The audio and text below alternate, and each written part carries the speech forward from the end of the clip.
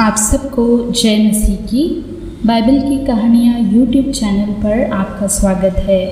अगर आप चैनल पर पहली बार विज़िट कर रहे हो तो वीडियो देखने के बाद चैनल को सब्सक्राइब ज़रूर करें और बेल घंटी ज़रूर दबाइए, जिससे आने वाली वीडियोस की नोटिफिकेशन आपको मिलती रहे।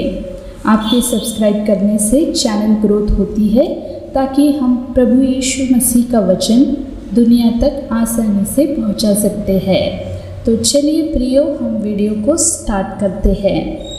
पवित्र आत्मा की अगुवाई के द्वारा यह कोट मैंने 1 साल पहले लिखा था।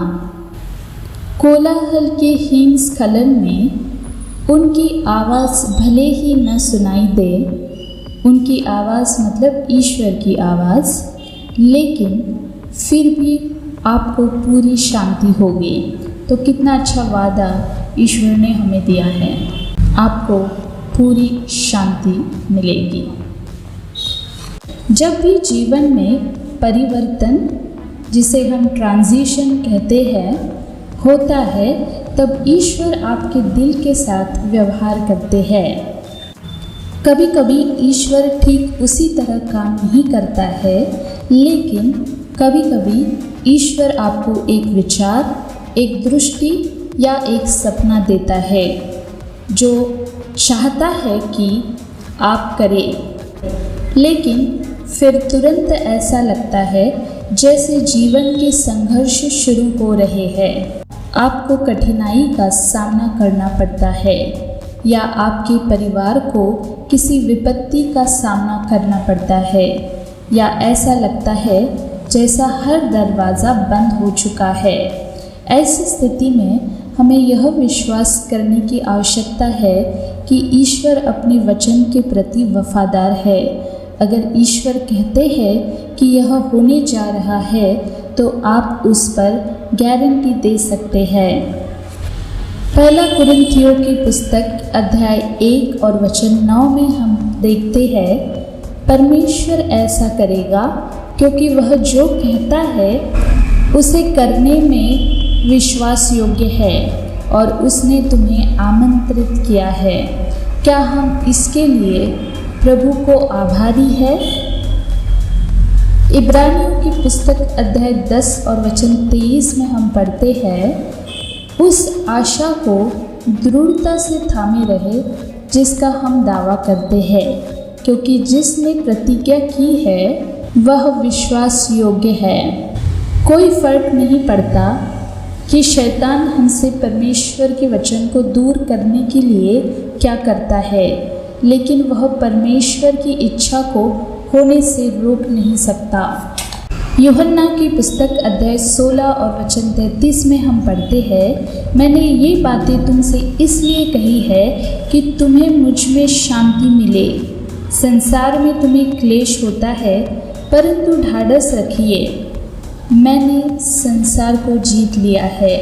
तो हमें ढाढ़स बांधना चाहिए, क्योंकि परमेश्वर ने संसार को जीत लिया है। जो तुम में है वह उससे जो इस संसार में है बड़ा है। जिसने हमसे प्रेम किया उसके लिए हम जयवंत से भी बढ़कर है।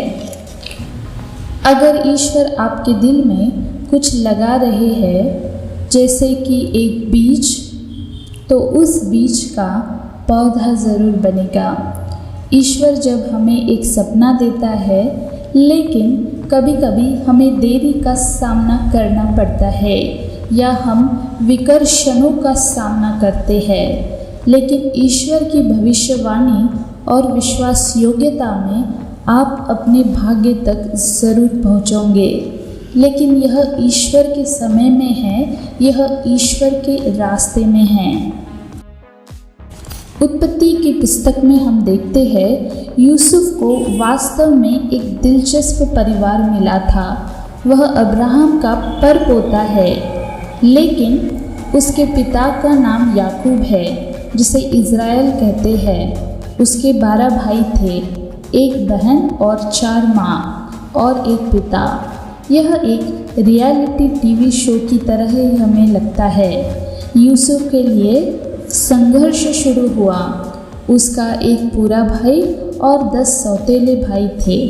और उसकी एक बहन थी। तो यह एक क्रेजी गतिशीलता हमें दिखाई देती है। उत्पत्ति की पुस्तक अध्याय 37 और वचन 2 में याकूब के वंश का वृत्तांत है। यूसुफ 17 वर्ष का होकर अपने भाइयों के संग भेड़ बकरियों को चराता था और वह लड़का अपने पिता की पत्नी बिल्हा और जिल्पा के पुत्रों के संग रहा करता था और उनकी बुराइयों का समाचार अपने पिता के पास पहुंचाया करता था। वचन 3 में हम देखते हैं, इज़राइल अपने सब पुत्रों से बढ़ के यूसुफ से प्रीति रखता था, क्योंकि वह उसके बुढ़ापे का पुत्र था और उसने उसके लिए एक रंग बिरंगा अंगरखा बनवाया। वचन 4 में हम देखते हैं, परंतु सब उसके भाइयों ने देखा कि हमारा पिता हम सब भाइयों में से अधिक उसी से प्रीति रखता है, तब वे उससे बैर करने लगे और उसके साथ ठीक से बात भी नहीं करते थे। यूसुफ वादा का एक विशेषाधिकार प्राप्त पुत्र था। वह अब्राहम के वंश का एक हिस्सा है। ईश्वर ने कहा है कि मैं तुम्हें रेत के छींटों से ज़्यादा वंशज दूंगा। तो यूसुफ उस विरासत का हिस्सा है। ईश्वर यूसुफ को एक सपना देते हैं और यह प्रतीकात्मक है, लेकिन मूल रूप से सपना है कि उसके सभी भाई उसके सामने झुकने वाले थे। अध्याय 37 और वचन 5 में हम देखते हैं, यूसुफ ने एक स्वप्न देखा और अपने भाइयों से उसका वर्णन किया। तब वे उससे और भी द्वेष करने लगे।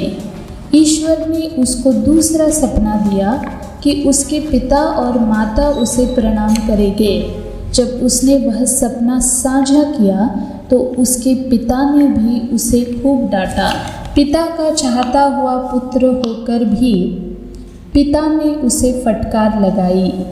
जब ईश्वर आपको एक सपना देता है तो सावधान रहे आप उसे किससे साझा करते हैं। जब ईश्वर आपको सपना देते हैं तो आपको एक ही बार में सभी को बताने की ज़रूरत नहीं है।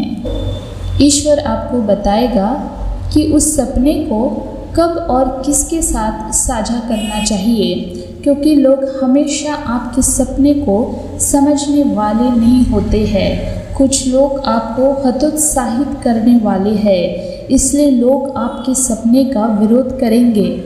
इसलिए जब ईश्वर आपको कुछ देता है तो आप मेरे की तरह उसे दिल में छिपा कर रखिए। आप अपने दिल में विचार करो, ईश्वर के उस बीज को बढ़ने दो और सही समय पर वह आपके सपने को साझा करने का आपको अवसर देगा। उसके भाई ने उसे दास के रूप में बेच दिया। पोतीफर ने उसे दास के रूप में खरीद लिया।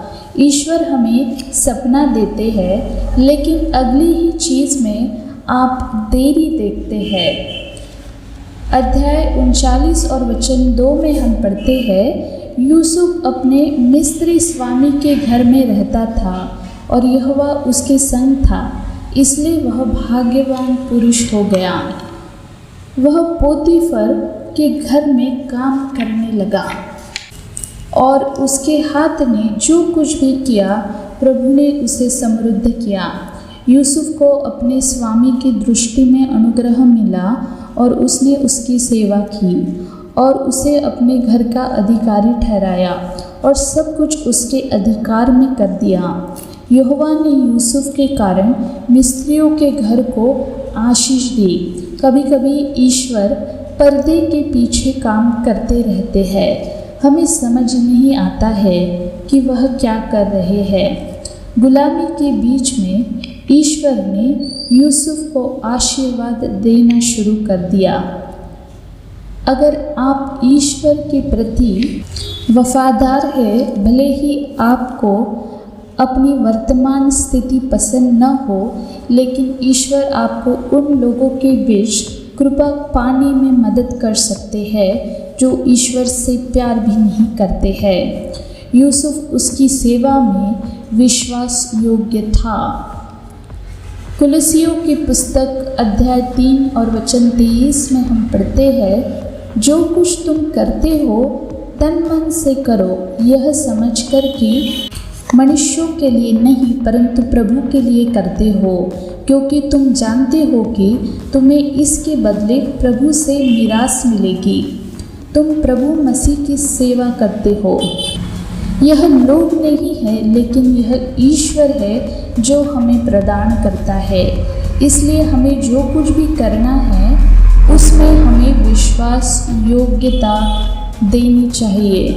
ईश्वर आपकी वजह से आपकी कंपनी, आपका परिवार या आपके पड़ोसियों को आशीष दे सकता है ताकि आप धन्य हो। ईश्वर के प्रति वफादार रहने का हमारा लक्ष्य होना चाहिए जहाँ भी वह हमें रखता है।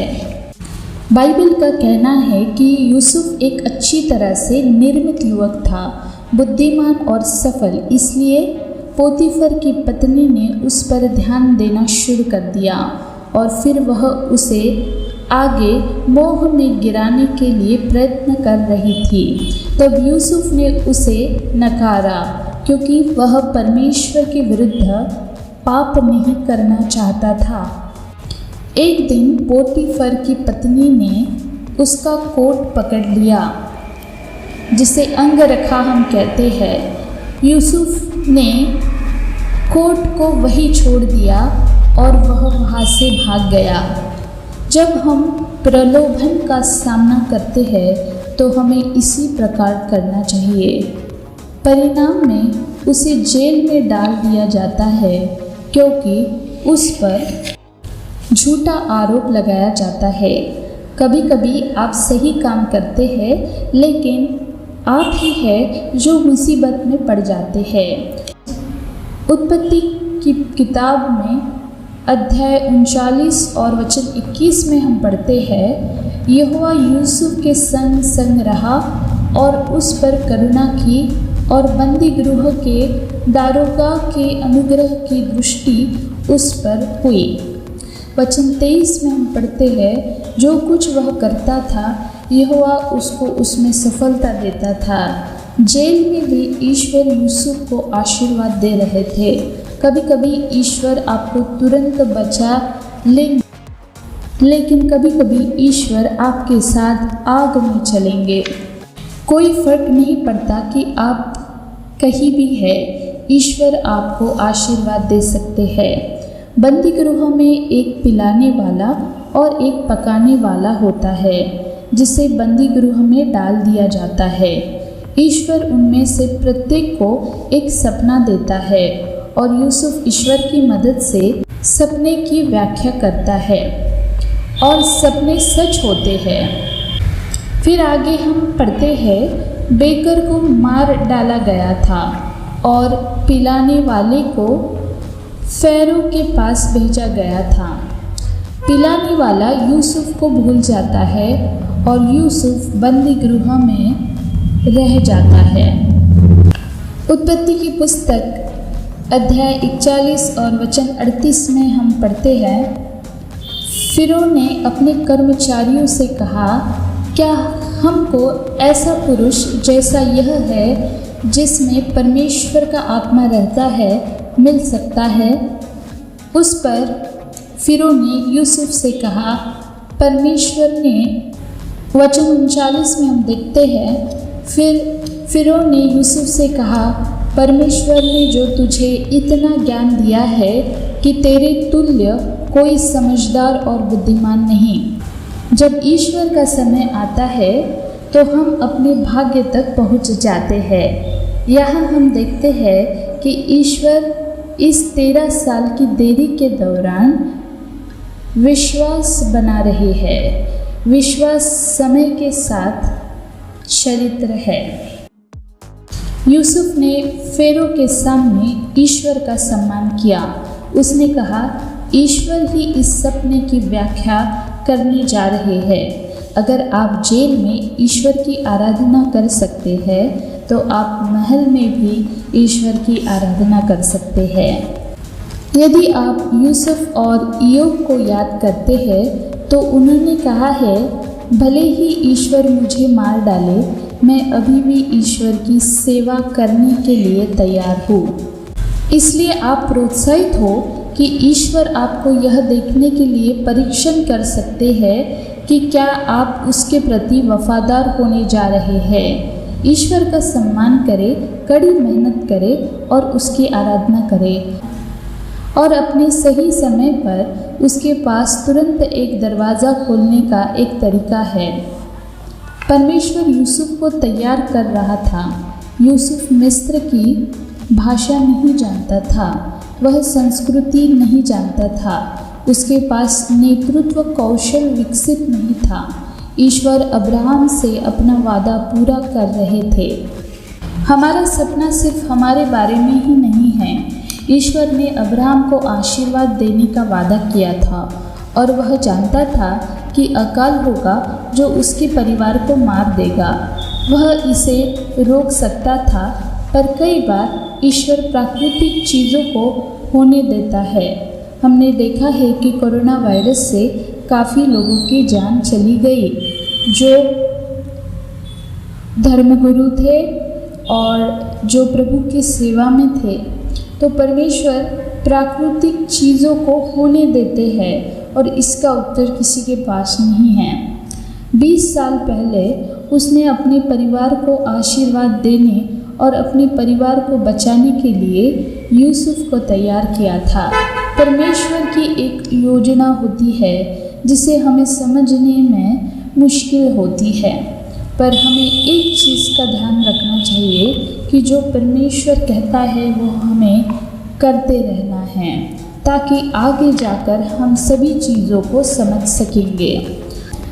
उत्पत्ति की पुस्तक अध्याय 50 में हम देखते हैं, यद्यपि तुम लोगों ने मेरे लिए बुराई का विचार किया था, परंतु परमेश्वर ने उसी बात में भलाई का विचार किया, जिससे वह ऐसा करे जैसा आज के दिन प्रकट है कि बहुत से लोगों के प्राण बचे हैं। ईश्वर के पास चीज़ों को मोड़ने का एक तरीका होता है। ईश्वर सब कुछ हमारे भलाई के लिए कर रहा है। पहला पत्रस अध्याय 4 और वचन 12 में हम देखते हैं, हे प्रियो, जो दुखी रूपी अग्नि तुम्हारे परखने के लिए तुम में भड़की है, इससे यह समझकर अचंभा न करो कि कोई अनोखी बात तुम पर बीत रही है, पर जैसे जैसे मसीह के दुखों में सहभागी होते हो आनंद करो, जिससे उसकी महिमा के प्रकट होते समय भी तुम आनंद करो और उसमें मगन हो। यह एक आध्यात्मिक शोधन प्रक्रिया है जिसे हम स्पिरिचुअल रिफाइनिंग प्रोसेस कहते हैं।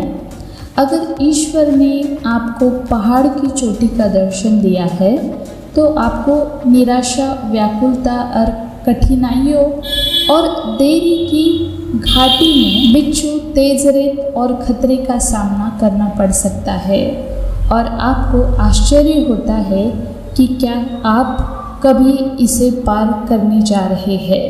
जब आप इसे ईश्वर के माध्यम से बनाते हैं और अपने लक्ष्य तक पहुंचते हैं तो आप अगले पहाड़ का सपना देख सकते हैं, अगले पहाड़ की तरफ जाने का सपना देख सकते हैं। प्रियो, परमेश्वर की हमारे जीवन में एक योजना होती है जिसे वो ज़रूर पूरा करता है, इसलिए हमें उस पर भरोसा रखना है।